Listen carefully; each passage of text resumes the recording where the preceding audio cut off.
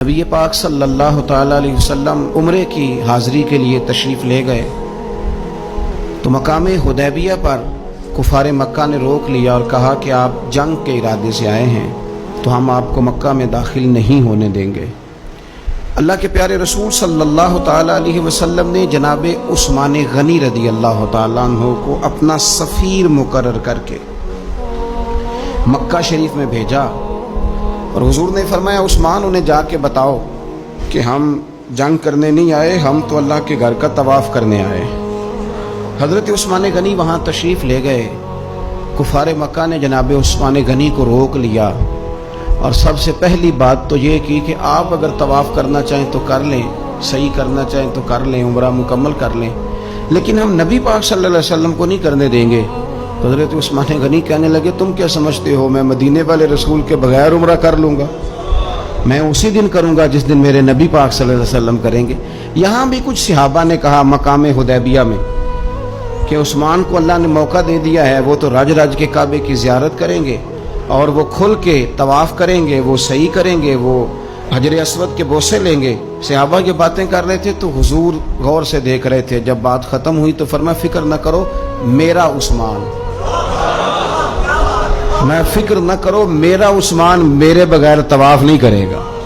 ہاں مجھے کیا غرض تھی نماز تھے، مجھے کیا خبر تھی سجود کی، یہ تو تیرے نقش پا کی تلاش تھی جو جھکا رہا میں نماز میں۔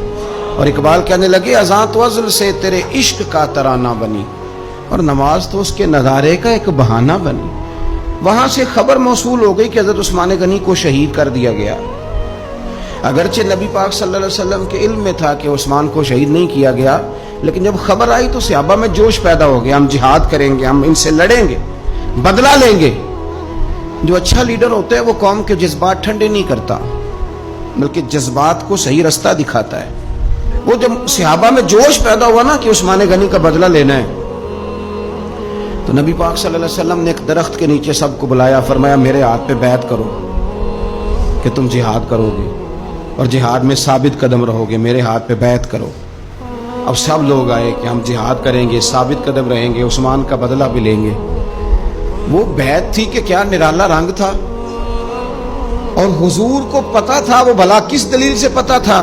جب سے اب صحابہ بیعت کر چکے نا، اب جو آدمی شہید ہو جائے اس کی تو بیعت نہیں نہ ہوتی، لیکن نبی کریم نے اپنا دست مبارک کھڑا کیا، فرمایا بھی یہ میرا ہاتھ ہے اور یہ میرے عثمان کا ہاتھ ہے، اور یوں ہاتھ پہ ہاتھ رکھ کے فرمایا لو میں عثمان غنی کی بھی بیعت کرتا ہوں، عثمان غنی کی بھی بیعت کرتا ہوں۔ اب وہ صحابہ کے اندر جذبہ، وہ شوق، وہ حضرت عثمان کے لیے پیار، وہ جہاد کے لیے تڑپ اللہ تعالیٰ نے بیان کیا۔ کیا انداز ہے!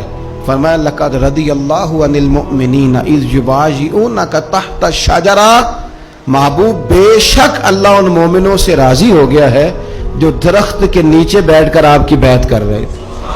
اللہ ان اہل ایمان سے راضی ہے۔ میرے نبی پاک علیہ السلام نے فرمایا جن جن نے وہاں بیٹھ کر میرے ہاتھ پہ بیعت کی تھی، اس آیت کے بعد اللہ نے وعدہ کر لیا ان میں سے کوئی بھی دوزخ میں نہیں جائے گا، سارے جنتی ہو گئے۔